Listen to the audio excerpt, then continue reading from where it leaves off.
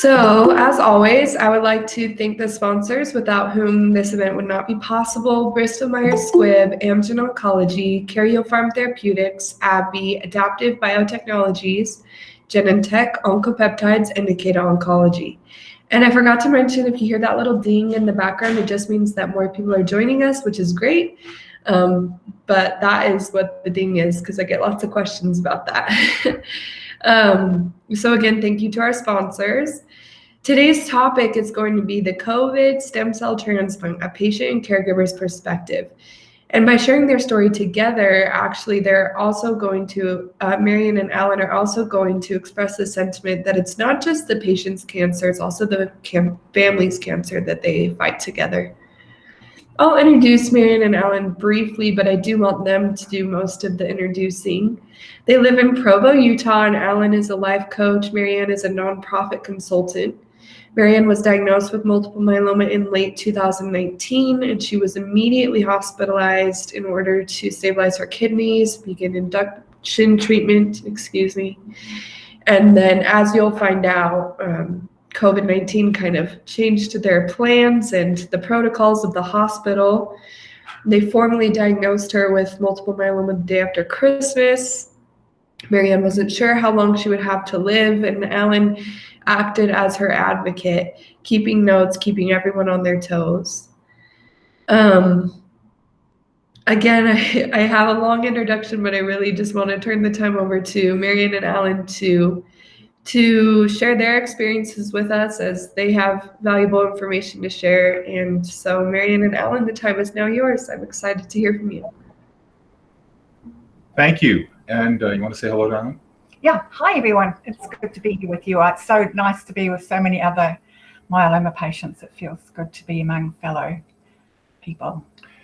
So I get to start off the presentation. We're going to, in a moment, switch off of seeing you, and we are going to flip to some pictures that we'll share with you. And so if you have questions, work through chat or whatever, but we'll try to get this. We've tried to time this, so we're at 20 seconds. So 20 minutes, right? Oh, darn, that was Freudian. Okay, so do you want to switch over? So we're really excited to share today with you. We'd like to start off, though, by just sharing that today's a special anniversary for us. This is Marianne and I have been, this is our second marriage, and we met face to face for the first time on top of the Arc de Triomphe 9 years ago today. So it's our anniversary day. Now, we didn't just happen to meet two total strangers on the top of the Arc de Triomphe. We actually had met online about a month earlier. But it's kind of special for us because about 18 months ago, we didn't know how much more time we'd have together. And a year ago at this time, we were separated by a stem cell transplant and not really sure what was going to happen other than following the promises of the doctors and following orders and having faith in the system, which had already changed multiple times in our process. So we'll share with you a little bit of our story. Why don't you start it there? So I came from a position where I had never been really sick my entire life. I had a half-day absence from the age of 5 to the age of 18, if that gives you any idea. And so when I was diagnosed with multiple myeloma, it was a real shock. And it was literally the day after Christmas when they gave us the formal diagnosis at Huntsman Cancer Hospital here in Utah. And they began the treatment almost absolutely immediately. They actually hospitalized me that very day, and I started my induction treatment. And they began to talk about my stem cell transplant immediately. They were telling us, as soon as we could, we will give you a stem cell transplant. And at that time, the shock was emotional as well as physical, and so I didn't want to know about multiple myeloma, to be honest. I was putting my hands up beside my eyes, and I just couldn't go to the library. I couldn't study it because it was just too much to handle. And so my husband was really important at that stage as a caregiver. He would have these questions he would ask the doctors, and he began, in fact, this folder of information he would gather and questions he would ask at every single appointment, and that's what was able to give us some clear information as we went on. It was not very easy. I literally felt like being under a fire hose. Yeah, I would say we experienced 2 weeks of shock from December 15th through New Year's Day, because we had all these Christmas plans and we were traveling, and all of that came to a grinding halt. When I found out about her cancer, there were two things that have kept us going from the very beginning, I think. And it played into even the COVID period, because one was, it's not that she didn't have cancer, we had cancer. So we've seen that in other couples that we've met at the hospital. It really becomes a team effort and something we went through together. The other piece was just a sense of, and this may sound absurd, but I'd been working on it leading up to this. It was a sense of trying to be grateful for no matter what came our way, we wanted to be grateful for it. And I remember having found out about her diagnosis and just thinking, the world just looks different. Something has changed. And while on the one hand, I didn't want to be experiencing this, I also didn't want to lose this sensation of everything that matters is in perspective, and everything that doesn't matter suddenly just drifted away. So we want to go into about all this preparation, because we started doing the preparation for the stem cell transplant before COVID struck. And in fact, they gave us, within 2 months after diagnosis, they were already starting to talk about what it would look like. We were going to be outpatient. There was a place that we could stay at, a premises. We were going to stay close to the hospital, where we would live off-site and for 2 weeks, and then we'd be able to come home. They gave us all kinds of advice about what to do with food, what to do with cleanliness. So there's lots of advice that was coming to us about how we were going to handle it. We went on a tour of the place it's called Hope Lodge. So we expected to be outpatients, and then COVID struck. Now, we'd had the experience being inpatient for 2 weeks, because I think, as Marianne mentioned, she had been in for 2 weeks shortly after to get her kidneys stabilized. And so that we really knew the routine. Many nights I would sleep at the hospital. I'd be able to run errands. I'd go home and do laundry. It was a nice preparation for what we were anticipating. And it was kind of caregiver training 101. But then, of course, everything changed. So we were told suddenly, of course, with COVID, first of all, they shut down the whole program, and we weren't even sure we were going to get a stem cell transplant at all. So this is happening just before us. We told us we were going to be inpatient, and we started to make some preparations for that.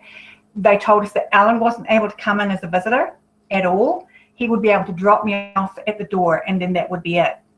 And 2 weeks later, he'd be able to literally come pick me up. I wasn't able to have any other kind of visitors either. It was strictly just myself going in and getting the treatment and coming back out. That same is true for when I had my stem cell collection. I had the stem cell collection on my own because I wasn't allowed to have Alan with me. And so that was a fairly quiet process as well. And by the way, they told me it was going to take 4 days to do the stem cell collection because of my age and how long and my level of myeloma. But as it turned out, it only took 2 days. So this was my last one of my last hands-on efforts to be a caregiver. Fortunately for her, I don't mind. I'm comfortable in the kitchen. I'm comfortable cleaning and doing the house stuff, so that wasn't a problem. And I'd make these magnificent meals, and she just had no appetite. So the lack of appreciation was getting to be a pain. But yeah, we lived through it, and of course, because she couldn't eat it, I'd wind up eating her part. So I put on my 35 pounds of cancer, which I've since taken off. But and I took it off 20 pounds in a big way, but under stressful circumstances. So you can see by the look on my face that I wasn't going to get through that very well. It was very kind of my husband to do it, but I just couldn't eat it. So then the other thing we did in preparation before we went in was we decided to get photograph taken. Now, if you look at me now, you think, oh, she doesn't look quite the same. So this is we decided to get a formal pre-stem cell photo taken so that we would remember what I did look like in case I changed or anything happened with that afterwards. Really glad we did that.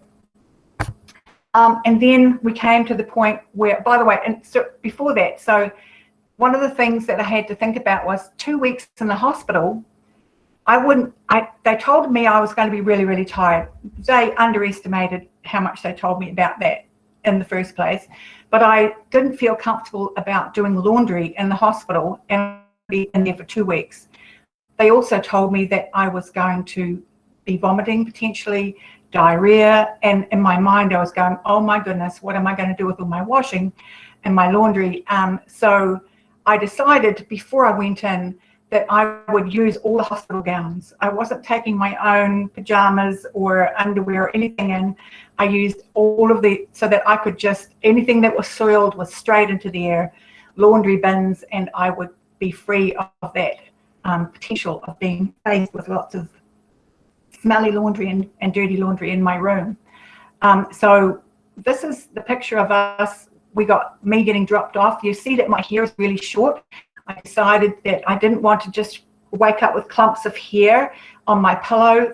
So someone recommended that I get my hair cut really, really short. And that's what we did. And my husband literally just dropped me off and off I went in with my bag. And then the next day I had the stem cell transplant on June 24th, 2020. And this is me in the hospital with my short hair. And this is what the stem cells look like. They look like I'm having some kind of a drink, an alcoholic drink. I was going to say it looks like a Bloody Mary. It looks like a Bloody Mary. But anyway, so it was really exciting. And I had balloons and a birthday thing, that, my first day of being in treatment. And then I'll let my husband describe what he did next. Well, our son's partner suggested to us that one of Marianne's complaints was probably the biggest thing she feared the most was not having a hand to hold to. We're both very much touch people. So our son's partner suggested that, well, why don't you make a plaster cast of your hand? So that's what I did. And then I had it delivered to the hospital. And you can tell the rest. Okay. So I hope everyone can see this. So there was a parcel literally delivered to the hospital into my room, and it was this hand, and I recognized my husband's hands. It's a good thing, right? And the other thing that I had that he bought was a photograph of the two of us. And so I had it right beside me, and then the nurses would come and they'd say, what's that? And I'd go, it's my husband's hand, so that I would have something to hold on to. And they would begin to cry, and I would think, uh-oh. And then the next one would come in, and I'd tell the story all over again, and they all cried because they thought it was just so. And I wasn't crying; I was too busy holding on to the hand.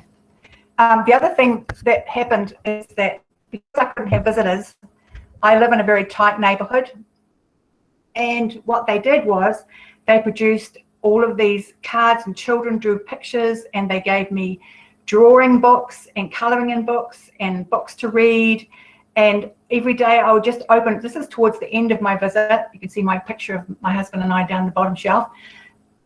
Then I would open just a few of them, just so that I could feel as if I was having a visitor, even if I wasn't having one, and just read a few notes. And then by the end of the whole time I was there, I had everybody was in there. It was great. It was a big helpful thing for me. The other thing that was happening, I realized when my husband was in the hospital the first time round with me, he would motivate me. He'd help me. He says, have you eaten? Have you tried anything? Because I was just kind of like spacehead type person. And then on this occasion, when I went in by myself, and there was, because of the COVID restrictions, I had to do those things by myself. And so it was quite difficult, but I had to, because they kept telling me, I have responsibilities. I have to pee, I have to poo, I have to drink, and I have to walk. The last one was really, really difficult because I've never experienced fatigue like that. They couldn't even begin to describe it to me the way it came. The first 5 days were okay, but after that, it was just incredibly difficult. And so getting up and walking out of my hospital bed and walking around the ward and so on was so hard. So I could have done with my caregiver being there, but I had to learn how to do that myself. I did experience a lot of diarrhea, by the way, during the hospital visit, and I was just so embarrassed, but they had to come up with these big cleanup crew because I didn't make it to the bathroom in time, and I didn't have much in the way of vomiting, so that was helpful.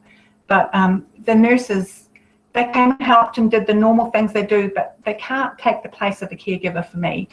It was good to have phone calls with my husband as well. So while she was, I'm not sure what's next, but while she was recuperating, I was getting the house ready for her. And it's one thing when we were asked to compare what it was like during COVID versus what it would have been like, what we imagined it would have been like going through this during a non-COVID period.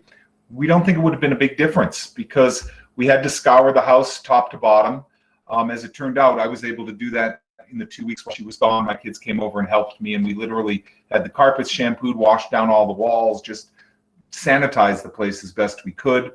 But the myeloma instructions are pretty intense. In fact, in some ways, far more intense than COVID protocols. And so we were already well prepared. And that gets back to this gratitude theme. Going through our experience during COVID was in a way a lot easier. Everybody was wearing masks. Suddenly we didn't stand out in a crowd. The cleanliness piece, people were much more considerate of the distancing quarantine lifestyle that we had to live anyway.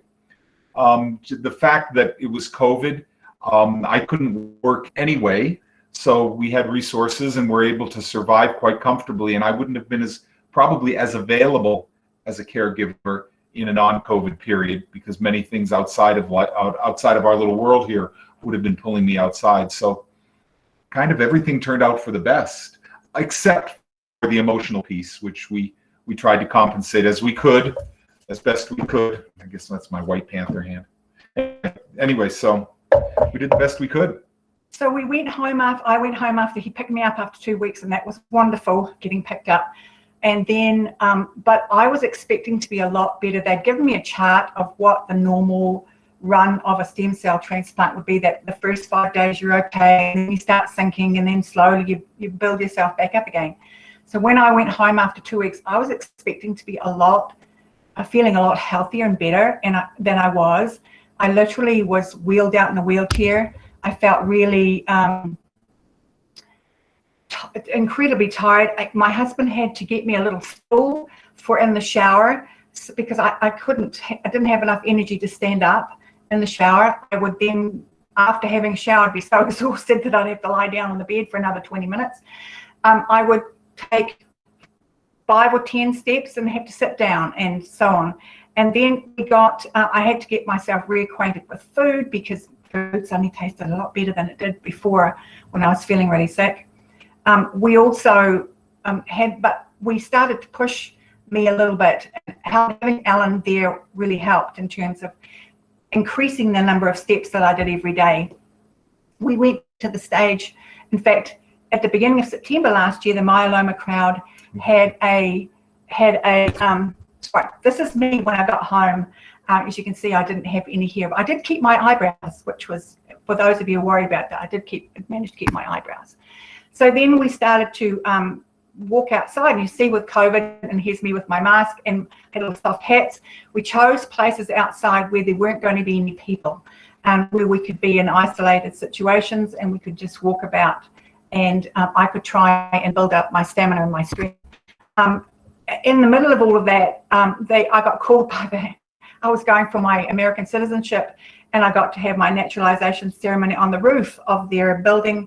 And because I had cancer, they could see that there was something not quite right. They actually allowed my husband to attend and to sit with me on the roof outside of the building. That was kind of a blessing of the whole thing as well. But so I got that done. At the beginning of September, as I said, they had a challenge to move 20 minutes a day from the myeloma crowd. And I wanted to participate because I really wanted to move a lot more than I was. And I couldn't walk 20 minutes a day at the beginning of September.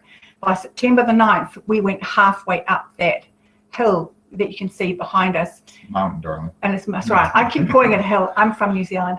Anyway, but I was beginning to build up a lot more strength, and by the end of the challenge, I was really moving. By the time, at the end of it, on October 6th, we went for a hike up a Colorado mountain. Should I call it a mountain again? The Grand Mesa. The Grand Mesa. And here's me at the height that we managed to hike to. And so by then, I was beginning to feel a lot better. And by December, we actually went and spent some time. We had a grandson born during COVID, and we hadn't met him yet, and we flew to Florida. By the way, flying, we had both our masks on, and they suggested at the hospital that we have visors as well. So that was interesting exercise. I think we looked really unusual going on board the plane. Well, everybody else did too. But they didn't have the visors. I think that we had all this extra stuff going on. And we chose an airline that had seats in between, and so we had plenty of space, and we kept distance the whole time. And we still did right until the point in time that we were able to get our vaccinations. Sorry. So just to wrap this up, our experience, I think, has been, I mentioned there were 4 key words we wanted to, as we were reflecting on preparing this, there were 4 key words that kind of carried us through the whole thing. One was flexibility. We found that we just had to be flexible to whatever the protocols were and as things changed. I mentioned earlier gratitude.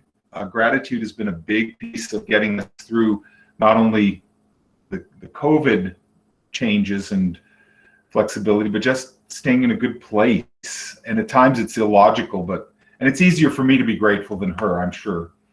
And then from the caregiver's perspective, self-care. One thing I did within days of the diagnosis, I called about a dozen of my best buddies and I said, hey, this is happening, can I call you? And they were great. And some of them actually called me and would reach out when they hadn't heard from me very often. So, and my one was around self-motivation, that I couldn't rely on COVID taught me that I couldn't rely on everything and just fall on my husband and help take care of me. I needed to be responsible for my own stuff as well. So COVID was a real good thing for me in that way as well. The other thing was to get a more realistic idea of stem cell transplants, because I had believed it was going to cure me and it was going to be wonderful. And I wasn't completely in complete response, I think is what they call it, when afterwards as well. It took me a few more treatments, but I can tell you now that I am currently in complete response, and we've got a new challenge, which is facing the life ahead after that. And that's where we want to finish, is to say that we're in a new phase, and it happens to be at the end, hopefully, a more easy phase around COVID as well. So with that, we wanted to hand the time back over. We need to give her back the screen. Here we go.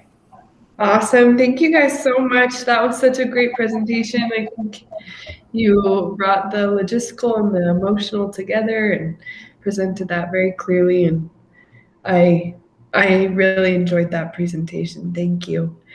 We're going to turn the time over to the audience now. You guys are welcome to ask questions to Marianne and Alan about their experience, or if you have any questions about the stem cell transplant. Again, we are not medical professionals, so we can't advise whether or not you need a stem cell transplant, but we can definitely ask you questions about or answer questions about the process. Yvette, it's good to see you. Go ahead and unmute. Hi, good to see you as well. I've been absent for a little while. I just went through my stem cell transplant on May 21st, so I'm newly home. My mother stayed with me for about 30 days, but then she had to leave a little bit early because I have a brother in Kansas City that's going through something, and I was like, you got to go. I'm fine. I got my daughter and my son-in-law, so they'll take care of me. But the question for Marianne is, did you experience anything with neuropathy? Because I am right now, and it's awful. So yeah, I did. I had neuropathy after the first time I'd had it, because they told me it was because of the chemotherapy just prior. And then also I began to experience it because I was on Velcade. And so what I got them to do is I said, look, I can't be on Velcade because it was in my feet, and then it was starting to go to my hands, and I need my hands for my work. And so I got them to stop the medication for Velcade. I still have the neuropathy in my feet, but it didn't progress any further to the hands. And hasn't it improved in the feet? Sorry, but I had to mute you because it was like echoey. So if you could unmute yourself. I'm sorry. So you're still experiencing neuropathy in your feet now? A little bit. It's not as much as my husband's. It's slightly improved, but I didn't have the whole pain and the tingling. Mine was just like things of lead on the end of my feet. It was just, they were numb, very, very numb. Yeah, my experiences was, in the beginning, and they told me it was because of the chemo, and they told me it would get better in time. But my experiences was, I felt like it was like 1,000 needle pricks at once at the bottom of my feet, very painful, and then sharp. I don't even know what to call it. It would come from my calf and shoot down to my toes. And it was just periodically, you would just feel that every time. It was a surprise. So you're like, ow, ow, because it hurt. You said that you were on Velcade. Was that after your transplant? Yes, because I wasn't in complete remission. And so they told me that I was back on the 3 medications, Velcade, Revlimid, and my favorite, dexamethasone. Your favorite's what? Dexamethasone. Yes, I love that That's one. even less my favorite. It's like no sleep at all. That's the one. And night sweats, where I would have sweat in bath sheets because I was sweating so much. And I wouldn't let her drive on dexamethasone. Yeah.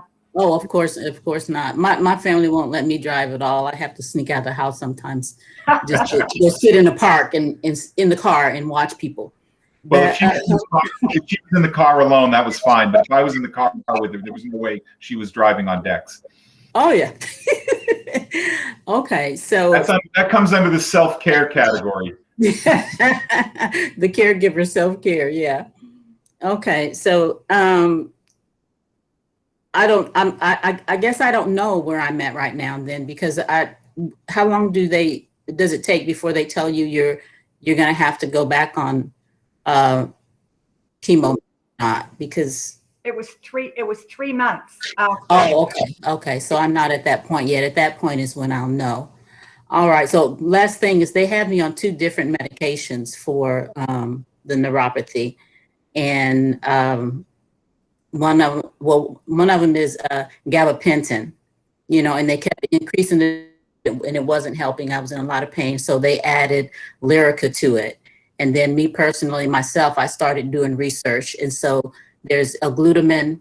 It's a powder. It's a glutamine that I'm using, and they suggested. Of course, I called every time and asked if it's okay. And then the other thing is alpha linoleic acid, and it's also a powder. So between all of those 4 things that I'm taking, I'm much better. I'm afraid to stop taking anything to see what's working and what's not. So I'm just going to stay on it all. But one other thing that I'm waiting for in the mail is because I heard about Nerve Renew, right? And so I ordered it, and I asked the doctor first, and because it has the alpha, I can't say that word, alpha linoleic acid. It has that in it, and it also has they had me on B complex too. But it also has the B complex in it. So I can take those 2 off the table and just take 1 pill, so I'm waiting to get that in and see and then I'm going to stop taking the other 2 and hope that helps. But anyway, it was good hearing your experience. Mine was kind of similar. How's your energy level now? Well, that was the thing. My experience was a little bit different because while I was in the hospital, I didn't experience a whole lot of energy loss. From what it was explained to me, I thought I was going to be flat on my butt, but I'm one of those people who push myself. So I would make myself walk, if initially in my room, because I was afraid to leave out of the room because of COVID. So initially in my room, but that how much walking can you do in a hospital room? And my daughter thankfully was there. She stayed there with me. They allowed her to stay with me. So I started walking around the nurses station. So I don't know if it was me pushing myself to walk or just my body experience, my body's reaction to it, but I didn't have a lot of energy loss. I could tell the difference, but I didn't have a lot of energy loss. I came prepared with what I tell you. I had a couple of bags of Depends, and I bought pajamas that I could throw away. I never had the diarrhea. I kept waiting. I thought I was supposed to have it, right? And so every day I'm like, I don't have diarrhea. I'm looking forward to it. And I was like, no, that's not it. I just thought that it was something that was supposed to happen. Well, it never happened, so I didn't have the diarrhea. The most horrible thing I've experienced was my neuropathy after the transplant, and I still experience it now. When I got home, my mom, like I said, my mom was staying with me, and so she made sure that I walked around. I live with my daughter. We have a house that I have an in-law suite, and so I have like a living room, a bathroom, and a bedroom. So she had me walking from the living room through the bathroom to my bedroom, and we would walk for like 10 minutes. So she kept me walking like that, and then 2 weeks. And so I was like really excited. I was like, oh my God, we get to go outside. My mom was locked up too. And so we would start walking in my neighborhood.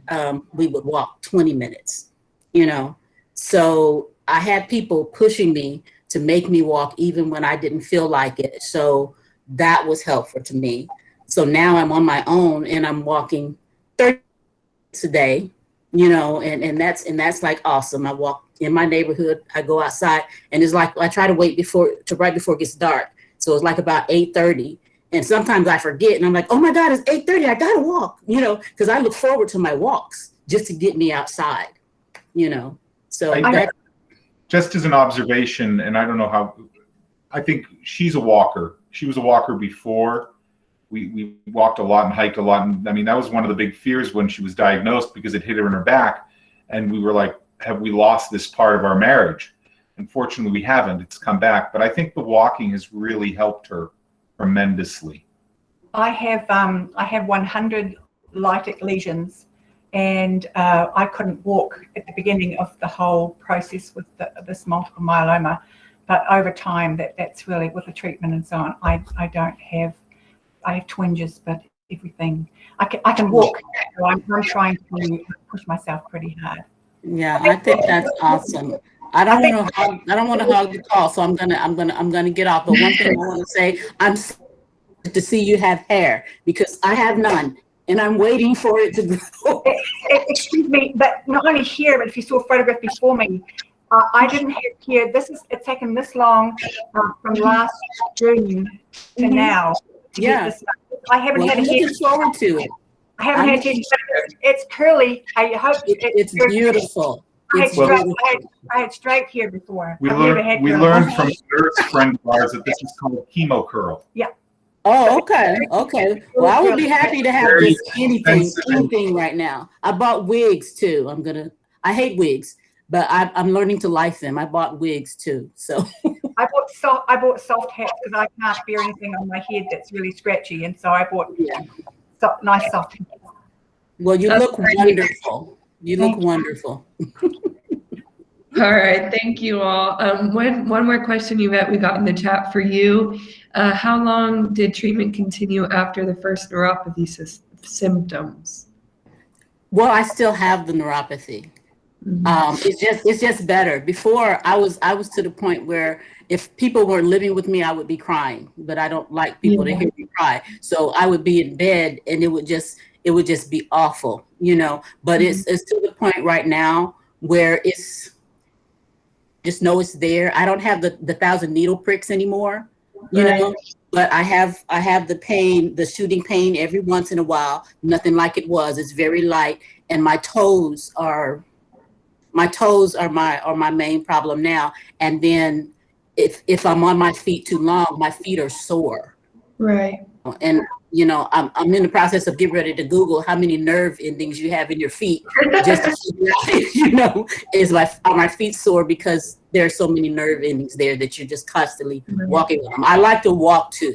I used to be a runner, but when I started getting my fractures in my back, like about 9 months before they found out what was wrong with me, you know, I couldn't run, and so I would just walk, you know. And then when I got to the point that I couldn't walk, because I ended up having a walker. I ended up purchasing a walker, you know. It was just awful. So even the 30 minutes that I'm doing right now, I'm looking forward to the point where I could just be like one of those old ladies that you see, you drive to the store and you see them walking, and when you come back, they're still walking that one direction. That's probably going to be me, my stick and my mace. You know, I'm just going to walk. I'm going to walk forever because that's all I can do now. And that's, I feel like that's going to be not my new normal. Right. Well, thanks for your comments, Yvette. We have a couple of hands raised. Elaine, we'll have you go first. If you want to unmute yourself, and then Sally, you can follow after her. If you click the microphone button, should be unmuting yourself. Okay, got it. Okay. Yep. It was very interesting to to hear Marianne's experience. My husband had a stem cell transplant April 7th this year at Hopkins, and the protocol is just different. You know, originally when we were told he would have a stem cell transplant, I automatically assumed it would be fully inpatient and I would be a visitor. Lo and behold, I learned at Hopkins anyway, it's kind of hybrid inpatient, outpatient, mostly outpatient program, but you live there. You live there with a caregiver. So I was not a visitor. I was the permanent caregiver. We lived across the street in a specialty hotel. It was wonderful. Well, it served the purpose. It was pleasant enough. The Hackerman Pats, and I think the requirement is everyone in that hotel had to be in some sort of intensive cancer treatment at Hopkins. I don't think they were all getting stem cell transplants, but they were all in some kind of very intensive cancer treatment. So, so we were there living across the street from the Weinberg Clinic where he had the stem cell transplant in April. And periodically he would be held for inpatient, you know, things would happen and they would hold him, but then they'd release him the next day, you know. So, but my question is, because we are, you know, that was April and now it's already July and we've been home, completely home, since, well, the last week of May. I think it was, mid-May, in the middle of May, we've been home.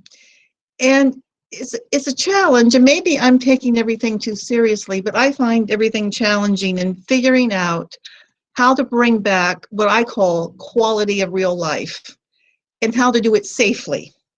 So in our exit appointment with Hopkins, you know, we get told about the safety protocols, and we're basically told, stay away from our 4-year-old grandson. He goes to daycare. He's a walking germ pit, so no contact with him. And my husband not to go to any place with any other people.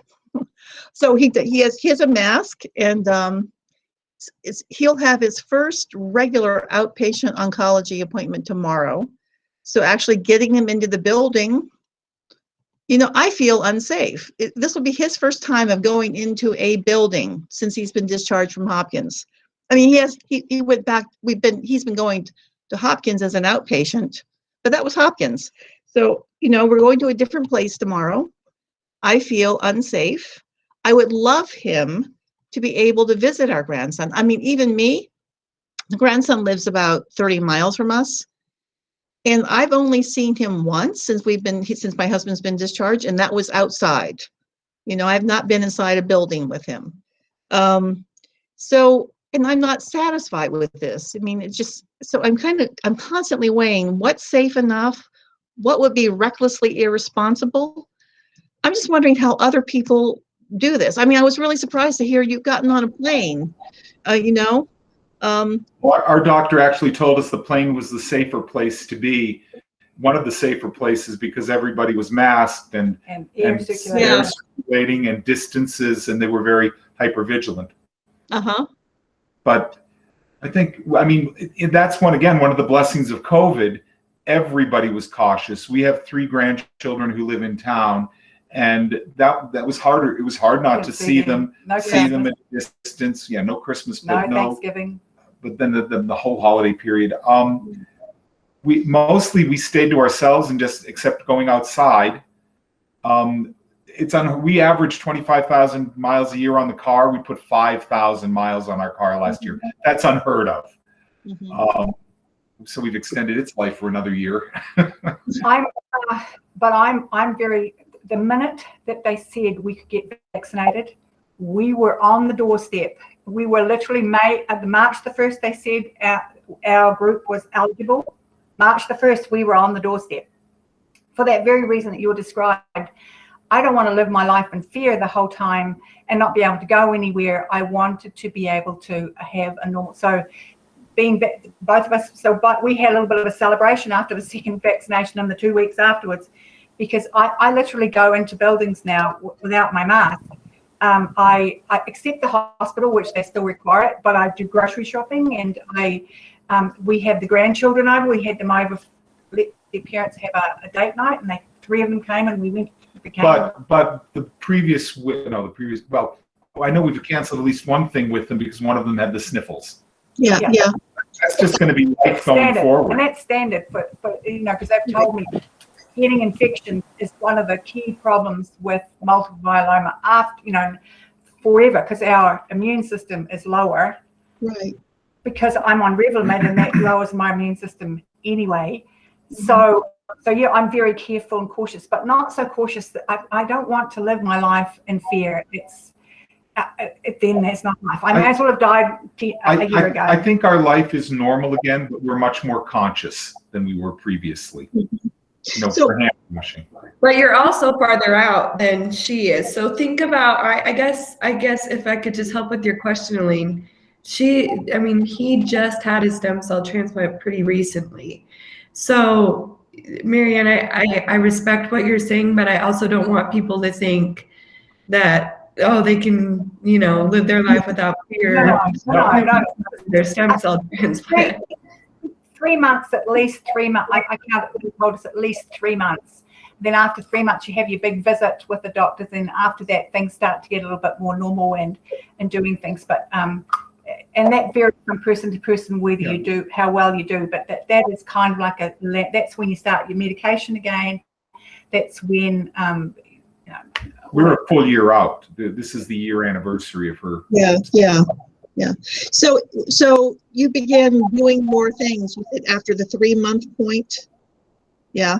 Even at the 2, and walking and exercise even before that. Right.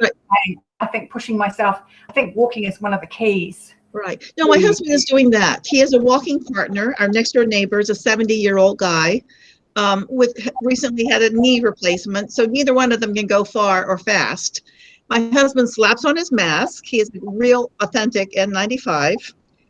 They meet on the sidewalk and they walk about 45 minutes a day now. It started 10 minits, but he's up to 45 minutes now. But this is all outside. No one's come in our house, and we haven't gone into anyone's house. I'm in my office right now. I have an office completely solo to myself. And I do almost all my work online now. COVID brought that in, but it's a plus for dealing with myeloma. I'm not mingling with the public much. And when I do go into stores, I've got a mask on.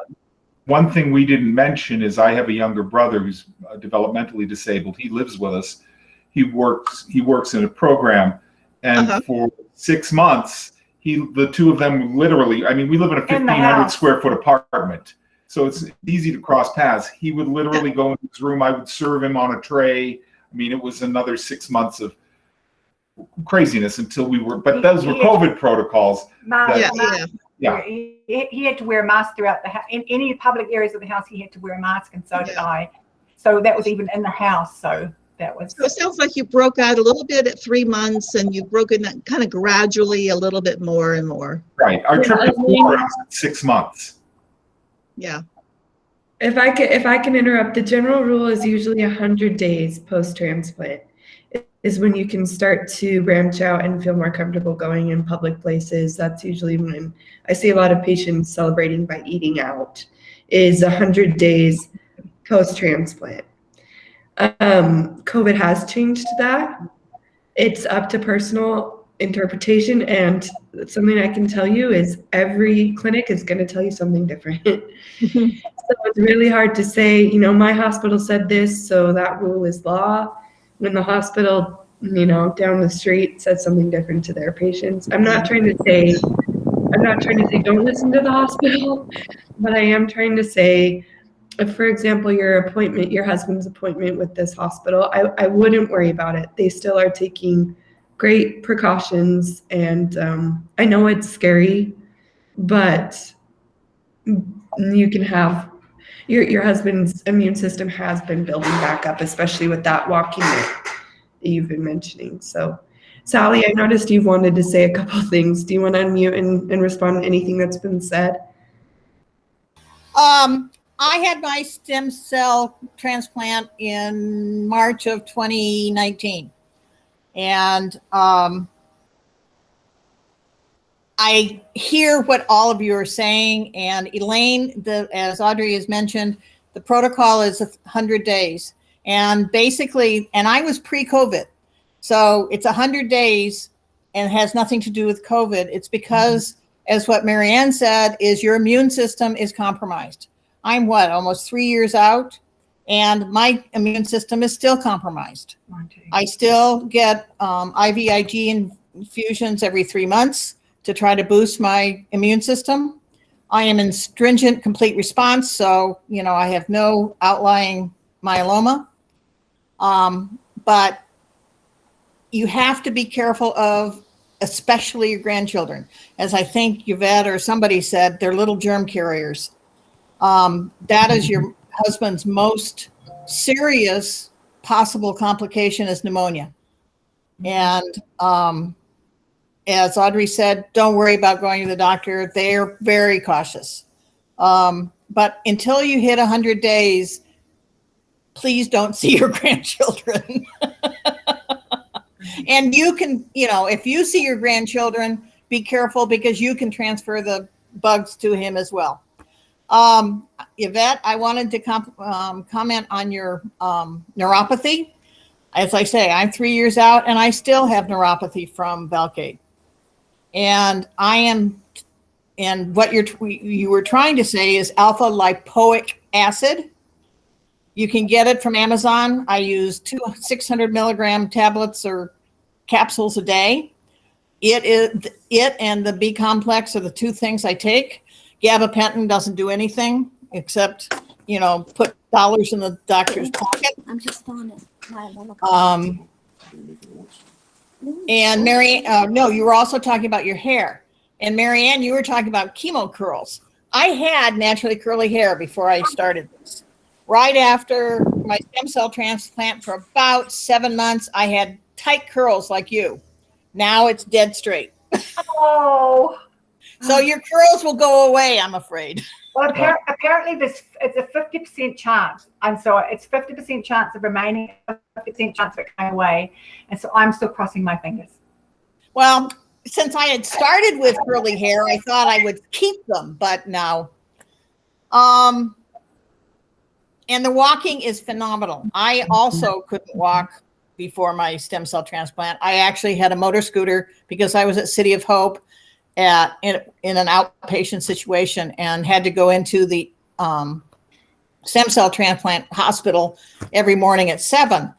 And it was about a 2-block walk or a 3-block walk. And there is no way I could I could barely walk 20 minutes. I couldn't walk 20 minutes. So I had my motor scooter with me and I tooted along. And of course, Southern California had the worst rains that they had, in a decade. So it was challenging. But you're all doing the right things. It's a new normal. I have a new normal.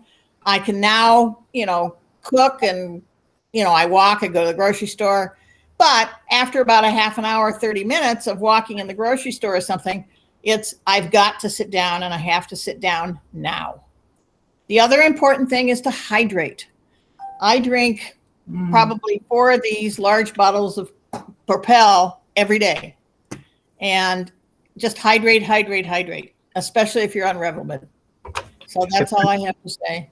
I think I just want to add one thing that has kept us going too is we learned the term nocebo. And if you're not familiar with that term, nocebo is when the physician doesn't give you an expectation. So when she went in, they didn't stage her. They didn't say, oh, this is where you are compared to everybody else. The one thing that we remember from our doctor when we first went in was, you will live a normal life. And that kept us going. And it's a different normal, as Sally just said. It's a different normal, but this life's great. I think we've adapted. It can be compared to what it could have been or what we thought it was going to be. I found out later that my myeloma was very well advanced. I said 100 lytic lesions.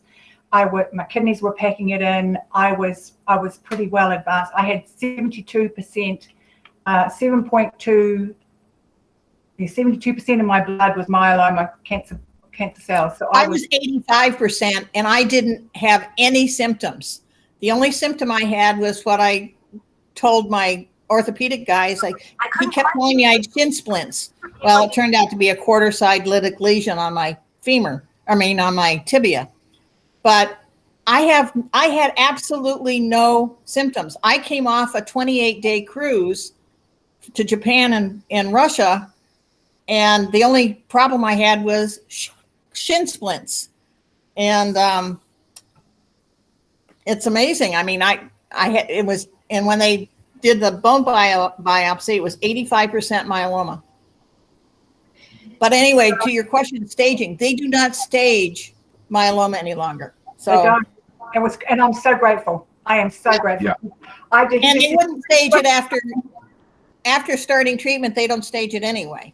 It's only on initial the CRAB criteria, and that's just to let all the practitioners know where they are and what percentage of the CRAB criteria there are. Sally, I'm going to interrupt you just because we do have a couple more questions and we're going low on time. Dennis, I did see that you had your hand raised. Did you have anything you wanted to add? Okay. If you click the microphone button, you can also enter into the chat.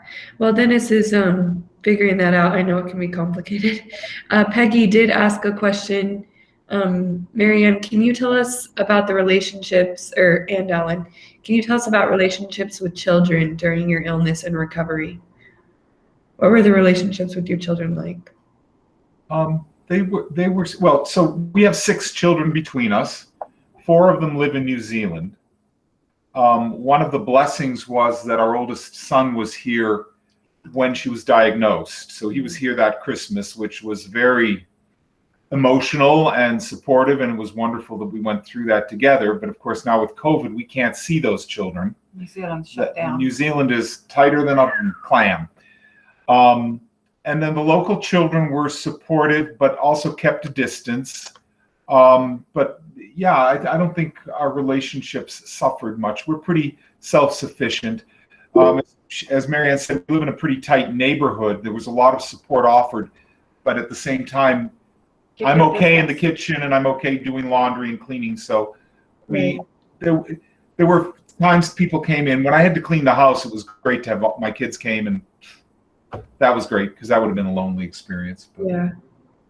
I think a lot of people didn't have a lot of contact with their kids, and so I did a lot of online messenger. I set up a little Google group thing where I gave them updates about where things were happening, and they would ask questions. My siblings have offered to help to get my children out to come and see me, but we can't do that with COVID right now because, as you said, New Zealand is like shut tighter than a clam, so I can't even get the kids here right at this point in time with COVID. Yeah. She added a revision to her question. What did you tell or explain to the young children in your life? Yeah, well, we were pretty open about the fact that I had, there was lots of crying and hugging. with my son, and then he helped me to talk to my other children as well. So we were pretty open that I had a form of cancer, and we told them, but we also told them what the doctor had said that Alan mentioned. He's a German, and he had this accent. He says, "You will lead a normal life again," and so that boosted them up. So I didn't want them to feel totally like, because I thought I was going to die when I first looked it up. I thought multiple myeloma, and I looked it up. I'm going to die in 18 months. It's over. But I've since learned that that's... Yeah, don't go near the internet. Don't go near the internet. Yeah, Google's not a good idea. And we let the parents handle the grandchildren, and they've been fine. And they've told them outright. And the kids make me little cards, and that's kind of cute that they make me little things. But we're very, very open with it. Thank you for that. Okay, Dennis, I see you're unmuted. I finally made it, yeah. A question. I understand the 100 days, really pretty complete isolation, but when do immunizations start, and how long do they last, and when can you pretty much get back into regular mainstream? So they didn't give me my immunizations until 6 months they started the immunizations, but I get it, that's different. And they told me I wouldn't get any of the live immunizations like smallpox and the shingles one. I couldn't have those until 2 years after the transplant. And I had to stop. In fact, I haven't got all of my immunizations yet because I stopped it to get the COVID one. I had to have a break before 2 weeks before the COVID one and 2 weeks after before I could get. So they still haven't restarted them. I haven't had them all yet. But I started life without all the childhood immunizations. So. Yeah, Dawn, did you want to say? Yes, thanks. On the immunizations, yeah, they will usually start about 6 months after transplant. Live vaccines, about the only one that's really live anymore is MMR, and it's about 2 years, 18 months to 2 years afterwards. And the comment about shingles, the old shingles vaccine, the Zosterex was a live vaccine, but the new vaccine given in 2 doses, the Shingrix vaccine, is not a live vaccine, and that is one that is recommended to be given. I just finished my whole vaccine regimen. Took about a little over 2 years. I'm almost 3 years post-transplant now, and it went quite fine. It was kind of interesting going in and needing nine injections in 1 month. I usually split those over a 2-week period, do 5 one day and 4 the next week. But it takes a while, and quite a bit of record keeping as you go back through everything. But on the Shingrix issue, there's my doctor took me off of Valtrex after I got the shingles vaccine, but I do know there are some people that stay on Valtrex or Acyclovir, either one, after the shingles vaccine. So just follow whatever your doctor's protocols are. Okay, and then Yvette, if you want to have one more comment, and then we'll finish up. Okay. For Dennis' question on the COVID vaccine, they told me 90 days, and because what I asked my doctors, because my grandkids, I live with my daughter, her husband, and 2 grandgirls, 7 and 12. And so my concern was being around them, because we had plastic on both my entries to go into their place. We had plastic zipper doors, to keep them out and so they could see me. But anyway, so I called the doctor and asked him, when would I be able to, because they want to kiss you, hey. So I asked them, when can I be with my grandkids since they live with me? I'm concerned about, because the oldest one is going to summer school, so she's around other kids, and I explained the whole situation, and that what they told me was, okay, after, they're not as concerned about the, me getting the other vaccines before I'm being around my grandkid. They're more concerned about me getting the COVID vaccine. because of COVID. And I could be, after 90 days, I can get the COVID vaccine. And then once I'm fully vaccinated, I can be around them. Like they can come in my space, I can go in there. We're masked. I don't know if I jumped the gun, but I'm past my 30 days of having in-home care. I feel like isolation is isolation with people that I live with, so as long as I have on a mask, they have on a mask when they come in my space, they're on the other side of the room sitting down, I'm on one side, we're watching a movie for like 2 hours, and then they leave my space because I'm trying to give them some kind of normal, because I'm not the only one with cancer. My whole household has cancer. You know what I'm saying? All of us have to deal with it and live with it, but we're doing it safely. They say after your 100 days that you can go out, amongst people. When I go out amongst people, I will probably have a mask on forever. And it will be amongst people where there is hardly any people.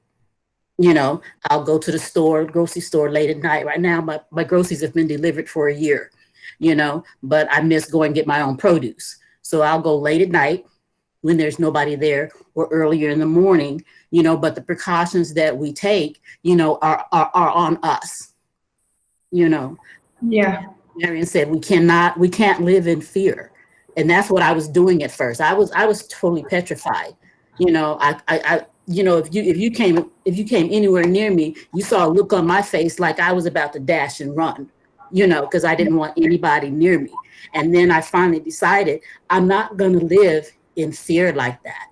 I'm going to take the necessary precautions, and I'm gradually going to start living my life, so that's my 2 cents. Thank you for sharing. Everyone's myeloma is different. Everyone's, doctors kind of give different advice. It's really about becoming your own best advocate, educating yourself, and then making the best decisions for you and your family.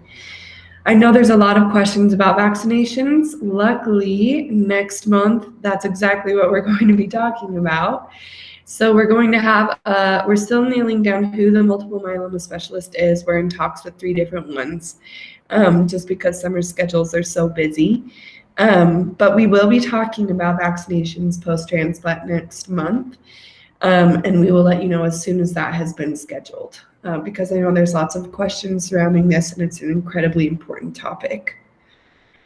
There's other myeloma crowd community events. Because we're running late, I won't read them all. I'll just highlight when they are and what they are. So Monday, July 5th at 7 p.m. is our clinical trials for high-risk smoldering myeloma patients with Dr. Zonder, a multiple myeloma specialist. Tuesday, July 6th is going to be our family finances talk from myeloma financial coach Diana Valentine. Wednesday, July 7th is our stress management through Reiki and massage with Shannon. She's going to be demonstrating that. And then Thursday, July 15th is a live stream from our Myeloma Coach Summit. It's going to be a caregiver panel about myeloma caregivers' perspective and how we can be of most help to the caregivers in our lives. Thank you again to our sponsors, Bristol Myers Squibb, Amgen Oncology, Karyopharm Therapeutics, AbbVie Adaptive Biotechnologies, Genentech, Oncopeptides, and Takeda Oncology. And thank you to each of you for helping us build the strong myeloma crowd community. Thank you, Marianne and Alan, and thank you for all who participated, whether in the chat or through your questions. I really appreciate you and hope that you have a great rest of your day. So thank you so much. Thank you. See you later.